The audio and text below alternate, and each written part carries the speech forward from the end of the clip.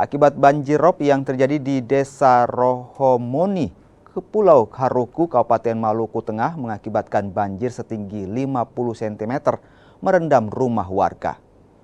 Menurut warga, banjir rob biasanya terjadi setiap tahun saat datangnya air pasang, dan kali ini sudah berlangsung selama sepekan.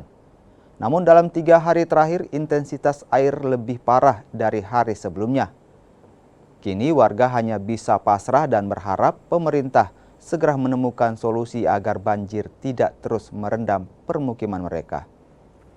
Tapi pancoba ini sangat merugikan warga sekitar, termasuk kami, karena rumah kami lihat kondisinya sekarang sangat merugikan warga sekitar.